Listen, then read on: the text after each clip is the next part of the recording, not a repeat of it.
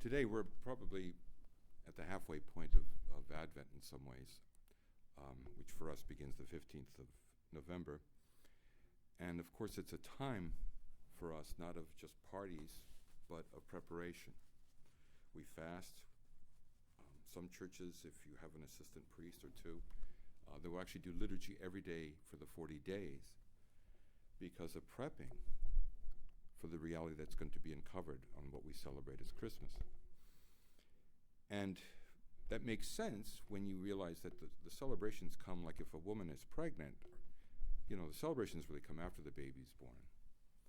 In the meantime, there's all the prep for it, and how many families have we known that when a child is coming, they're getting clothing, in fact, even the quote unquote like baby showers are a way to prepare, to focus on preparing, and so forth. A nursery, a bed, all the things that go into with a good deal of thought. And I think that's the way we need to understand Advent and Christmas, because the celebration really hits when he appears, when the baby comes, then it's like for real. And I think that's important as we look to this reality that we're celebrating. And at Christmas time, especially, it seems to be we're very focused on the idea of love and what is it. Again, don't hear this as a negative, but all the feel-good movies and talking about love. And I read an article the other day that said we don't need more presents, we need more love, and so on and so forth. And then I was remembering the song. Geez, I'm showing my age because the kids were little. Was it in the 90s? The famous "What Is Love" Haggaday, and my kids would sit there and do the motion with it, and so forth. And it was interesting. What is love? Baby, don't hurt me. So love is anything that doesn't hurt me. It was interesting. So what is love? I mean, there's not a clarity to what it is. And people, we talk about scientific in our modern world today, but what is science? And if you look at love scientifically, because everybody wants to make a big deal out of science, though I love the people who say they really look at things scientifically and then they don't care about the scientific evidence. And for instance, they keep smoking, vaping, doing God knows what other things. But, I believe in science, not God. I believe in science. But biologically, what is love? There's nothing that shows love. Oh, we can talk about, chemical reactions, neutrons, synapses going off in the brain, but what? And what is love? And for us as Christians, it's defined by the who. Now, love, sadly, in our age where things are about promiscuity, impulse. You go with the impulse. I feel like love. I don't know. Is that love? Is it attraction? What does it mean? What does it mean? And what does attraction even mean? What does attraction even mean, just in and of itself?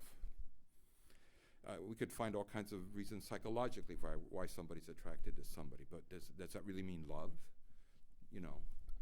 We use the word love very loosely about everything. I love my wife. I love pizza. Is it the same thing? But, And the point of the Gospels is not what is love, but who is love. And in our world of promiscuity, for example, where it doesn't matter, it's not who you love, it's what you're doing in the sense of physical intimacy. And it doesn't matter if you go from one to the other, to the other, to the other, to the other. And love is defined in a very different kind of way in the gospel, a very kind of different way. And tomorrow we celebrate the conception of Mary with Joachim and Anna. And I couldn't find the other icon of Joachim and Anna embracing. They weren't able to have a child of their own. They prayed, they asked for God to bless them with one. In the icon, there's actually, a lot of them, there's actually a bed in the background to imply the physical intimacy and a life of loving each other. And what does that mean? Well, physical intimacy in ancient Israel meant to have a lifelong commitment of faithfulness to each other, in partnering with each other to actually be partnering with God himself, and to work on his project with him, and that God would be partnering with you in your relationship. That it wasn't just about the pleasure, nothing wrong with having pleasure, but that wasn't the goal. That wasn't the goal. The goal was who you were with for a lifetime. And that's when you learn what love is and real intimacy is in that way. And that it's really about God.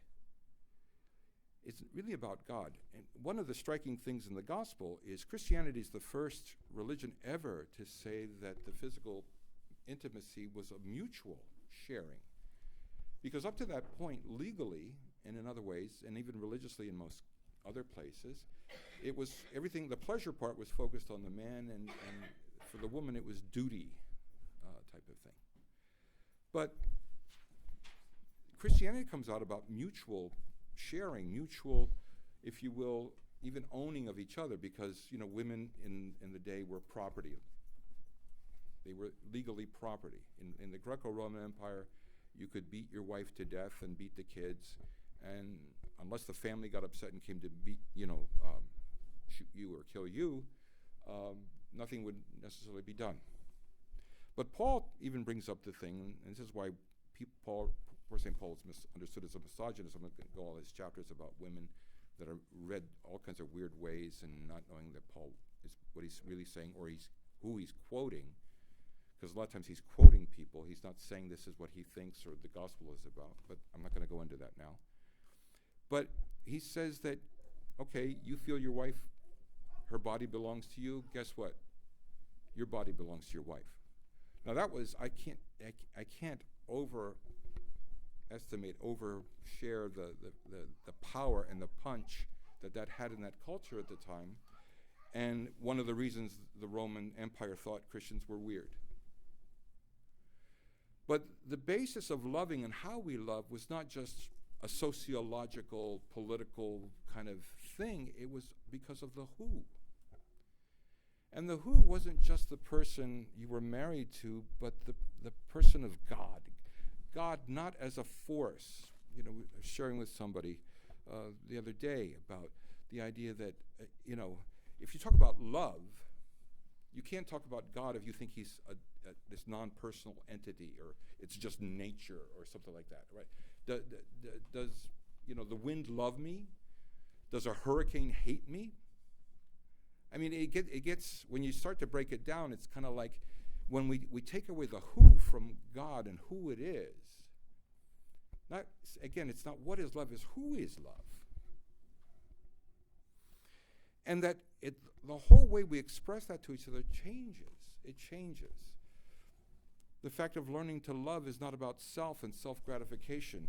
When I tell people about going to a marital counselor, if they're having struggles in their marriage, we have two extremes I've found in the counseling world, because I will actually interview therapists before I send people to them. I want to know their approach and philosophy.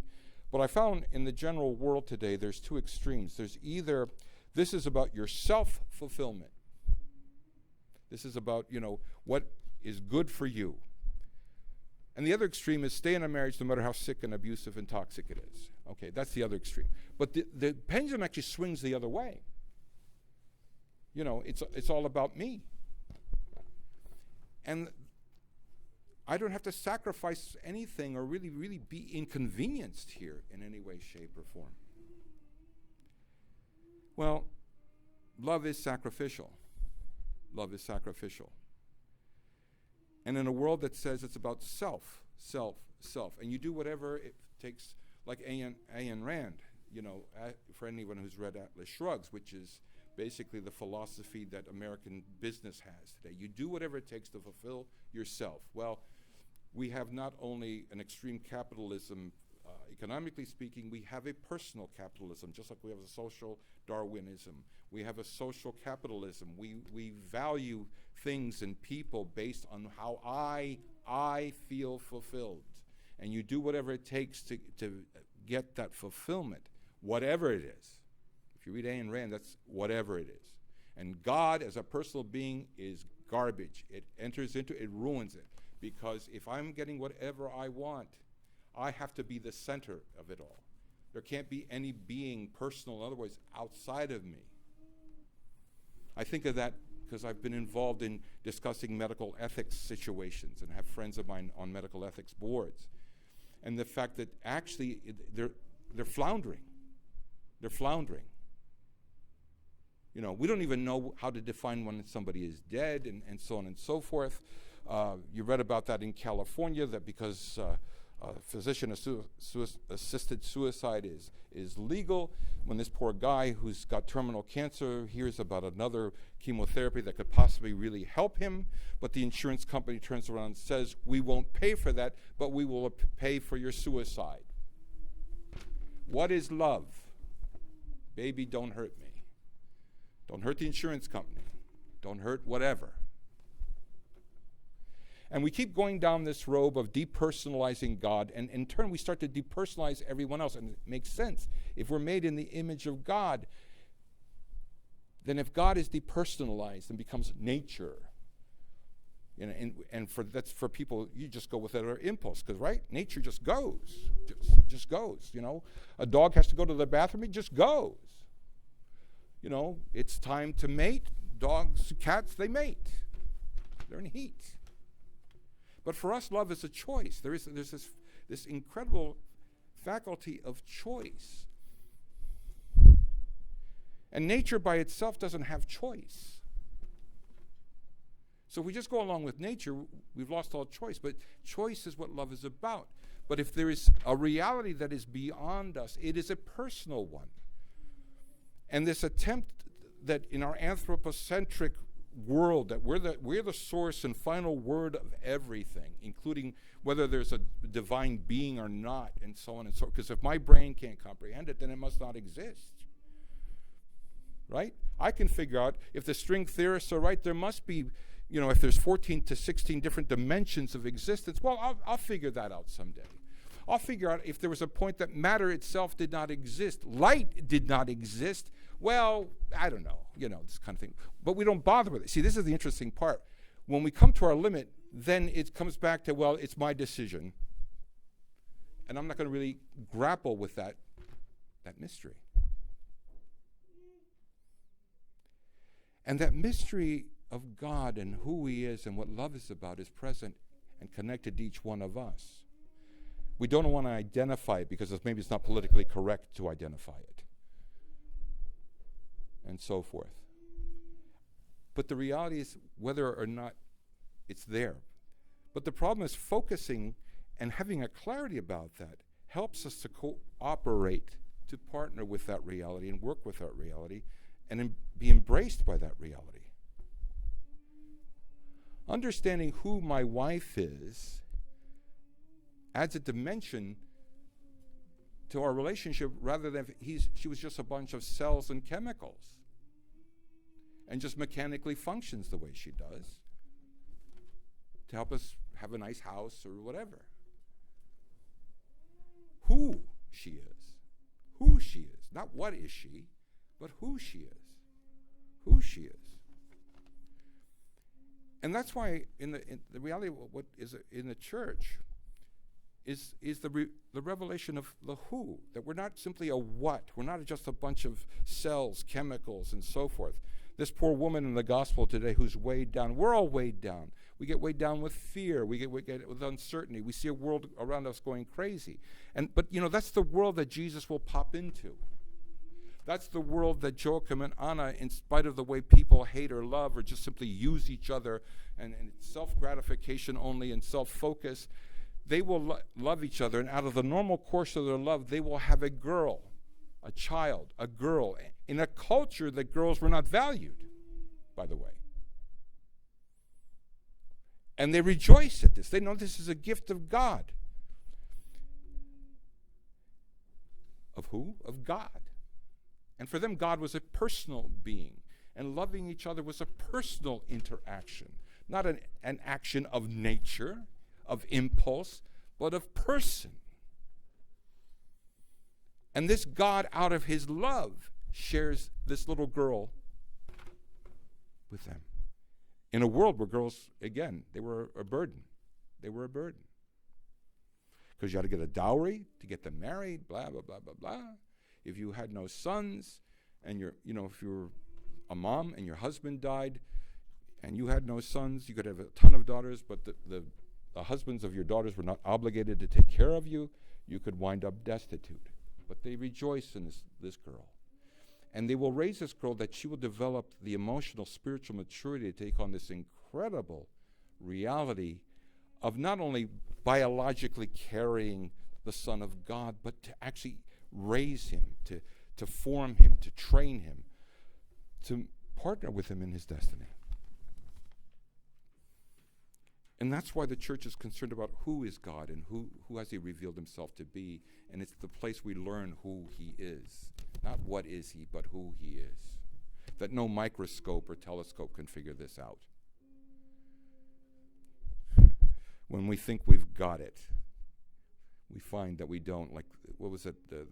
Was it the Hubble that everybody thought they came to the edge of space, and then they suddenly found there was a whole nother set of stars, and this time what floored the scientists, with colors, not just twinkling lights, but colored lights. And we think on this finite little planet, we figured it all out. And God knew, and that's why he sends his child into the process. And when we know who it is we're dealing with and accept and are faithful to that reality, just like in a marriage, who it is we have in our life and are faithful to that person and to that reality that we experience, then it uncovers other things. Now, it doesn't mean all the time, like anybody that's married knows. It doesn't mean like, marriage is all woo. It's all, like those commercials where they run to each other on the beach and they kill each other, if you do the comedic version of it, and so forth. But it is in that day in and day out, day in and day out, day in and day out.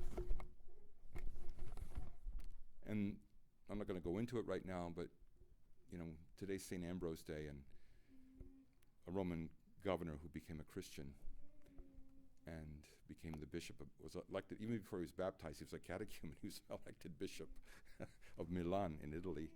But I won't go into that because but between him and St. Nicholas, and I'm not going to go in right now, I could go into the real St. Nicholas. Because St. Nicholas, for what he's known for, was what every bishop who was really worth their salt was known for, their generosity and their love. But you also read about them that they were clear about who Jesus really is, that he embodies everything that God is, and he's God present on earth, in person, not in force, beating up the enemies, but in person in love, and sacrificially sharing of himself. And that's where church is that. We experience that.